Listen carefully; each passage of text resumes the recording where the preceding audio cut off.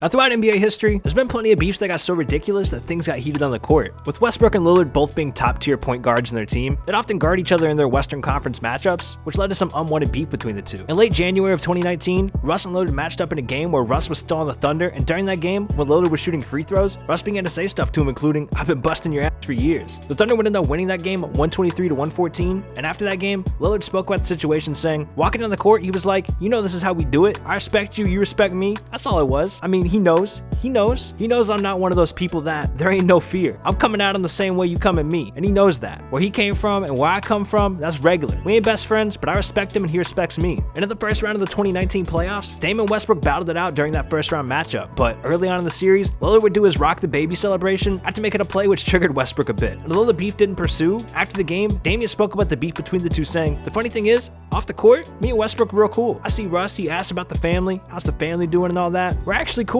So it's funny when they try and say me and Russ hate each other. It's not really like that, but it's something about when you get on the court, I guess. And you could tell they always felt a certain way about each other, especially with each of them trying to do whatever it takes to make their teams win. But Damian Lillard still the situation when he hit the game winner from the logo against the Thunder, which ended the series with the Blazers' victory. Dame was seen waving to the Thunder bench immediately after, and that summer it caused OKC to break up their entire team, trading Paul George to the Clippers and Russell Westbrook to the Rockets. Russ never had any hard feelings toward the city of OKC, so it's safe to say he'll never forgive Lillard for pretty much ending his career there. With Rondo and Chris Paul both being known as players who don't take anything from anyone, they definitely didn't take it from each other back when their beef started. The age-old comparison of both their talents on the court has been a topic of discussion for many years. A topic so worthy that even the great Shaquille O'Neal had some words to describe Rondo as being the better point guard, saying, "Chris Paul is not better than Rajon Rondo. Rajon Rondo is the true definition of a point guard, period. He gets everybody involved and he scores when he has to. Chris Paul has a lot of points, but when's the last time he made it to the playoffs?" The only traceable origin of how their beef started was during a small altercation during the 2009 season. During an early season Celtics-Hornets matchup, Rajon was on Paul and was noticeably aggressive with Chris. So much so that an over and under the rim scuffle happened and both were given technicals. A little heated perhaps, but nothing that had fans thinking it was more than just that. It would be at the end of the game that during the team's post-game handshakes, Rajon would confront Paul. And we'd come to find out that Rajon was heard telling Paul, "I've got a ring and you're never gonna have one." An obvious taunt at the fact that while Paul was an excellent player, he'd failed to even come close to a championship at that point. And before a scuffle could ensue, the two were quickly separated and all was forgotten, but many believe the beef is still held today.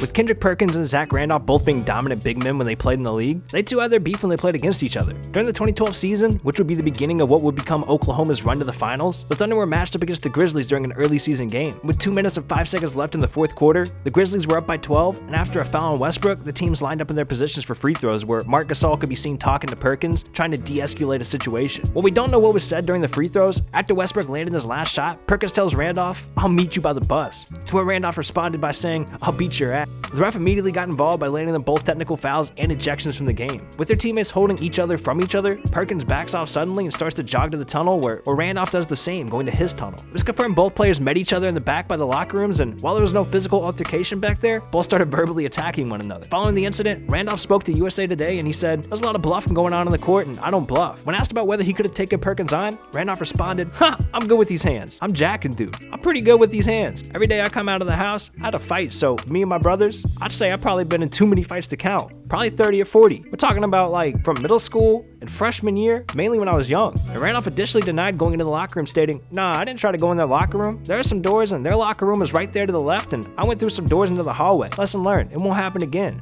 I ain't gonna lose no 25,000 again. I'm done with that bluffing on the court because them guys do a lot of bluffing. I'm from the Bluff City. We don't do no bluffing, man." And Perkins only comment on the situation said, "Just too much talking. I wasn't frustrated, but at the same time, I have a problem with losing. You do have to see this team 3 more times and can't be showing no signs of weakness." With Paul Pierce being so legendary, his ability with the Celtics obviously got in the head of many. Quentin Richardson, yet another player who doesn't like taking things from anyone, and Paul Pierce once got into it and their beef was never resolved. There's a little bit of mystery surrounding the origin of this beef between these two players, but what we do know is that it dated all the way back to their days in college when the two had apparently met in Kansas. At the time, Pierce was already a player for the college while Quentin was on a campus tour. Quentin had mentioned in an interview with the Players Tribune having met there and an altercation had occurred. Whatever did happen that day affected Quentin the rest of his career when he was matched up with Pierce. Quentin, for the better part of his early career in its entirety, could never win a match against Pierce's Celtics. His first 3 seasons with Phoenix, they were 0-6 against the Celtics, and some notable quotes of his throughout his matchups with Pierce included Quentin shouting, "I'm not in awe of them," when referring to the 2007 acquisition of Allen and Garnett to the Celtics, and him even saying, "They ain't won any championships yet, I'll see you out back." I'll just be real curious to see what a lot of those guys would say if we weren't in the basketball arena, when there ain't no referees and the NBA officials aren't going to stop certain things. And perhaps the most notable altercation they had took place in the 2010 playoffs. At the time, Quentin was playing with the Miami Heat, and while they had a very good regular season run, they were no match against the Celtics, who would beat them all but for 1 game in the regular season. With just seconds to go until the Celtics would have secured the Game 1 victory, Richardson moved to double team Paul Pierce on the sideline. Being too pushy, Pierce falls off to the sideline, where Richardson then proceeds to say, "I knew nobody touched him. Is he taking another break like he does so many times? Sometimes he falls like he's about to be out for a season and then he gets right back up." Kevin Garnett then rushed over to the aid of Pierce, elbows Quentin out of the way, a move that would suspend him for the remainder of the game and Game 2. But Richardson didn't go away without any penalty. He received a $25,000 fine for what he said after the game in the locker room. Quentin told reporters, "I got no business talking to him while he's on the ground crying. I don't know what's going on. They 2 actresses the way that they are. I don't like them." A Celtics head coach at the time, Doc Rivers, said he had no business over there. "We had a guy on the floor injured. There was no reason for him to be there." And then going by all the reporters, not just the one crowding, but it was taunting. "You got a guy injured on the floor.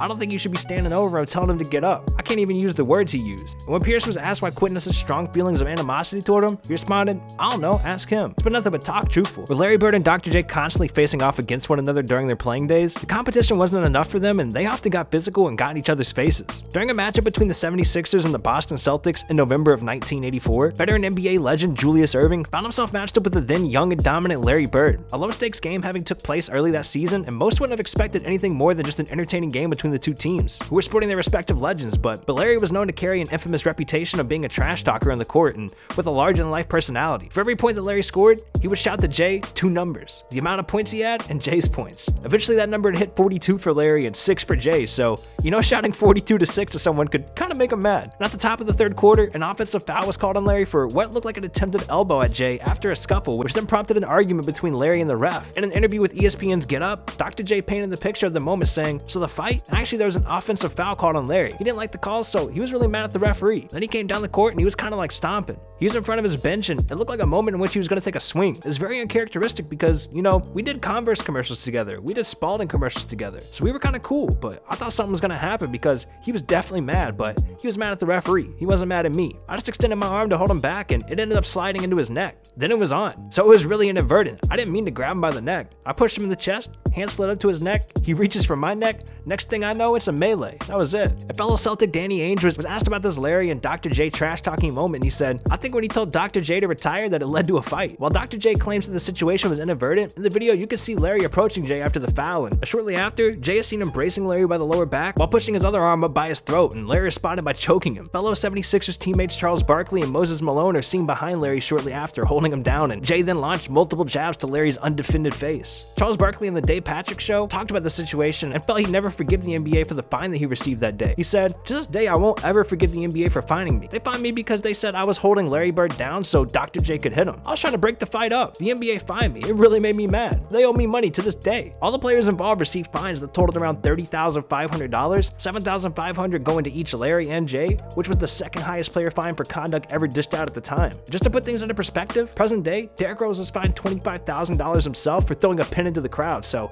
it's clear that the money in the NBA was different back then. But both of these legendary players were ejected for that game, but avoided suspensions, and the Celtics would take the game 130 to 119. But according to Erving, by the next time they saw each other on the court, they were shaking hands again. With Patrick Beverley and Kevin Durant both being players who give both sides of the ball 110% every play, Beverley recently got into the head of Durant during the playoffs, which got a little out of hand. With Beverley being known as one of the most energetic defenders in the league today, and being matched up against arguably the greatest scorer in Kevin Durant, despite the size difference between the two, Patrick never let up. Patrick at 6'1" was set to guard Kevin Durant in Game 1 of the 2019 playoffs, with the Warriors facing the Clippers. Following a foul on Patrick during the 3rd quarter against Durant, Pat started to flail his arms in the air, mocking Durant after the foul, but not allowing the defender to get into his head. Durant laughed off the gesture. Later on, 5 minutes left in the 4th quarter, Durant caught a fast break assist into the rim where Patrick jumps nearly to the top of Durant to block the ball and foul him. Durant, now holding Beverly's shoulders, lightly pins him underneath the hoop as they exchange some words. Durant was no longer quiet in the exchange and was noticeably stirred up as Beverley continued trash talking. With Durant barking back, both were handed technical fouls, and just 19 seconds later, with Beverley having possession of the ball, Durant fouled Beverley to the ground. Springing back up on his feet, the two now looked heated with each other, and it didn't take long before the ref got involved and